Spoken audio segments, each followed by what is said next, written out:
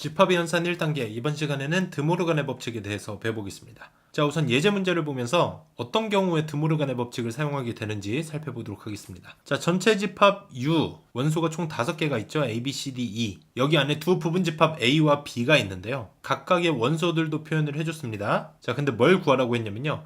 A의 여집합 그리고 B의 여집합, 이 두 집합의 교집합을 구하라고 했습니다. 자, 어때요? 굉장히 복잡하게 생겼죠? 자, 이런 모양, 물론 직접 풀 수도 있지만 직접 다 구해서 풀려면요. A의 여집합을 먼저 구하고 그리고 B의 여집합도 구하고 그 다음에 그 두 집합의 교집합을 구하는 3번의 과정을 거쳐야 되는 거예요. 그리고 각각의 여집합을 구하고 하는 과정이 좀 더 번거롭기도 하거든요. 자, 근데 이 과정을 조금 더 심플하게 만들어주는 게 바로 드모르간의 법칙입니다. 자, 그래서 얘를 좀 더 심플하게 어떻게 표현할 수 있냐면 이거는 A 합 B의 전체의 여집합이다. 자, 이렇게 식을 바꾸는 걸 드모르간의 법칙이라고 하고요. 어떤 기준으로 바뀌는지는 제가 좀 이따 설명을 해드릴게요. 자, 근데 드모르간의 법칙을 사용하게 되면 우리가 저 복잡한 집합의 연산을 좀 더 간단하게 생각할 수 있다는 거예요. 왜냐면 A랑 B의 여집합을 각각 구하는 것보다 A랑 B의 합집합을 바로 구하는 게 훨씬 간단하고 그리고 그거의 여집합을 한 번만 구해주는 게 좀 더 깔끔하다는 거죠. 물론 엄청 큰 차이라고 볼 수는 없지만 보통은 이렇게 묶어서 생각하는 게 머릿속으로도 좀 더 깔끔하게 떨어질 때가 많습니다. 자, 그래서 이렇게 식을 바꿔주는 걸 드모르간의 법칙이라고 하는데요.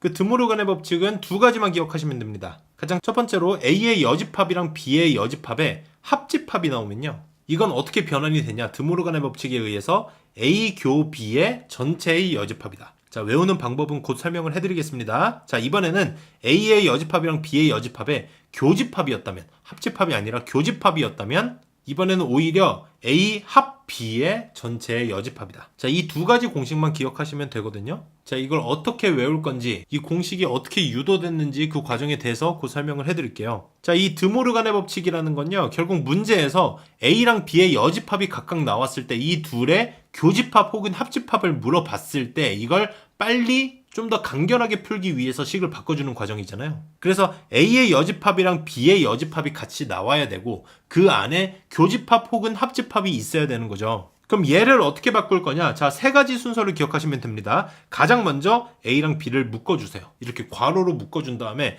그 안에 합집합 아니면 교집합을 넣어줄 건데 원래 있던 게 합집합이었다면 그걸 교집합으로 바꿔주고 만약에 교집합이 있었다면 그걸 합집합으로 바꿔서 거꾸로 적어주시면 되는 겁니다. 이해되셨죠? 그런 다음에 이 집합 전체에 여집합을 씌워주시면 되는 거예요. 간단하죠? 순서대로 A랑 B를 괄호로 묶어주고 그 안에 합집합, 교집합을 바꿔준 연산기호를 집어넣어준 다음에 이 전체를 여집합 씌워준다. 자, 여기까지 필기하시고요.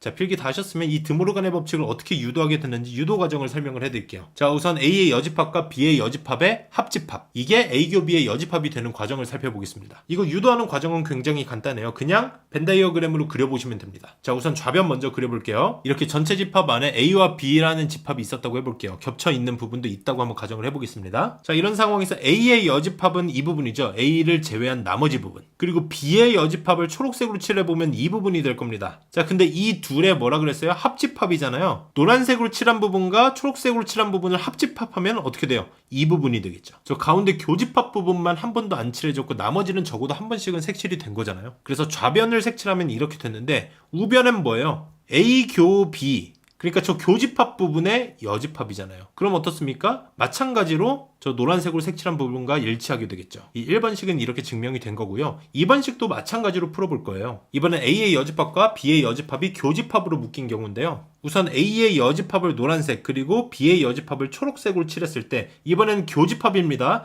2번 다 칠해진 경우, 한 번씩만 칠해진 건 말고 노란색, 초록색 둘 다 칠해진 경우는 어디예요? 이 바깥 부분이 되겠죠. 그렇죠? 이 부분은 우변을 봤을 때 어때요? A 교비의 여집합이냐? A 교비 부분을 빗금 그어보면 이 부분이잖아요. 이 부분의 여집합 정확히 일치하죠. 그래서 2번도 유도가 되는 겁니다. 필기하실 분들 필기하셔도 되지만 사실 유도 과정은 그렇게 중요하지 않습니다. 이 드모르간의 법칙을 정확히 암기하는 게 더 중요하고요. 그래도 이 유도 과정을 기억을 해두신다면 드모르간의 법칙이 기억이 안 날 때 이 유도 과정을 통해서 다시 한번 기억을 되살릴 수도 있으니까 유도 과정까지 암기하실 분들은 같이 암기하셔도 상관은 없습니다. 자, 예제 문제로 돌아와서요. 전체 집합의 원소는 A, B, C, D, E 총 5개의 원소만 있는 건데 A랑 B가 지금 3개, 2개의 원소를 가지고 있어요. 자, 근데 이렇게 벤 다이어그램을 그렸을 때 A랑 B에 공통으로 들어가 있는 원소가 있습니다. 교집합의 원소죠? A 교 B에는 지금 B가 들어가야 될 것 같아요. B가 둘 다 원소로 들어있잖아요. 자, 이런 상황에서 A만 봤을 때 A랑 C는 교집합이 아닌 부분에 들어가면 되겠죠? 그리고 B의 원소는 B랑 D인데 D가 교집합이 아닌 부분, 순수 B인 부분에 들어갈 겁니다. 자, 그럼 A, B, C, D는 나왔는데 뭐만 안 나왔어요? E만 안 나왔잖아요. 그럼 E가 어디 들어가요? A랑 B의 바깥 부분, 이 A 합 B의 여집합 부분에 들어가겠죠. 자, 이렇게 모든 벤 다이어그램의 모양이 완성이 됐고요. 결국 구해줘야 되는 거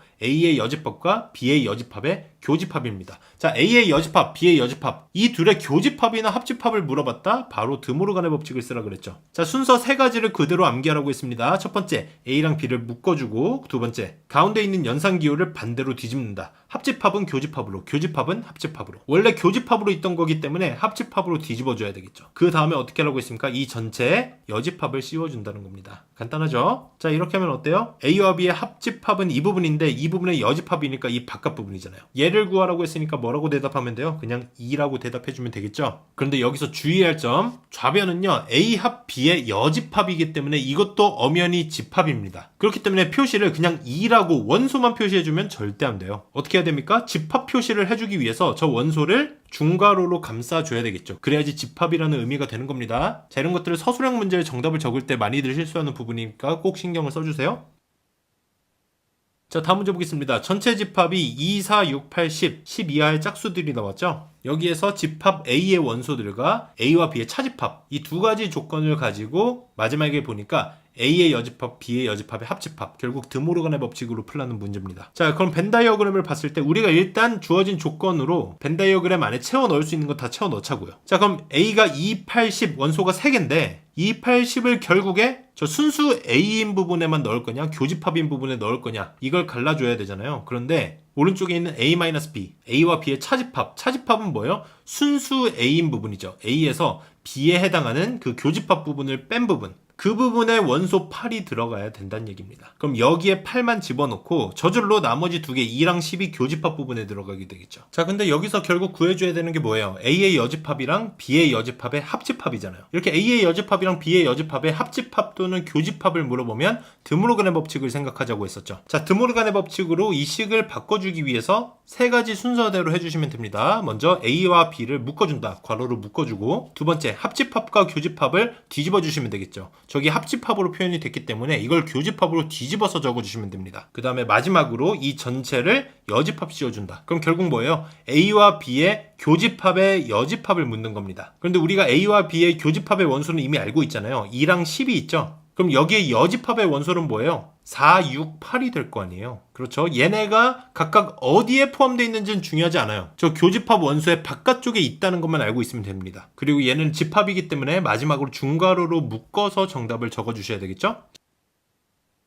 자, 다음 문제 보겠습니다. 전체 집합 U가 0, 1, 2, 3, 4 이렇게 5개의 원소를 가지고 있고요. 여기 안에 두 부분 집합 A와 B가 주어져 있는데 각각 원소가 2개씩 있는데 A에는 지금 소문자 A라는 미지수가 포함된 원소가 있습니다. 결국 이 A가 뭔지 구하라는 문제고요. 자, 문제 조건을 보니까요. A의 여집합과 B의 여집합의 합집합에 대해서 나왔어요. 자, 두 여집합의 합집합 혹은 교집합 뭐예요? 드모르간의 법칙이죠. 자, 이거 어떻게 바꿔줄 수 있습니까? 이제는 바로 나와야 됩니다. 합집합으로 묶였으니까 그걸 뒤집어서 A 교 B로 묶은 다음에 전체 여집합. 그게 0, 1, 2, 4를 원소로 갖는 집합이다. 이해되셨죠? 자, 그럼 A와 B의 교집합의 여집합이 0, 1, 2, 4래요. 자, 근데 전체 집합이 0, 1, 2, 3, 4인데 이 A랑 B의 교집합의 여집합이 0, 1, 2, 4. 그럼 뭐만 없어요? 지금 딱 3만 없잖아요. 그러니까 A랑 B의 교집합은 3만 원소로 가지고 있어야 된다는 거죠. 이해되셨죠? 자, 그러고 보니까 집합 B에는 이미 3이 있습니다. 그렇죠? 근데 집합 A에는 2는 있는데 3은 바로 보이지 않아요. 그럼 뭐가 3이라는 거예요? 이 A 플러스 3이 될 수밖에 없다는 거죠. 그래서 어떻게 됩니까? A 플러스 3은 3이다. 결국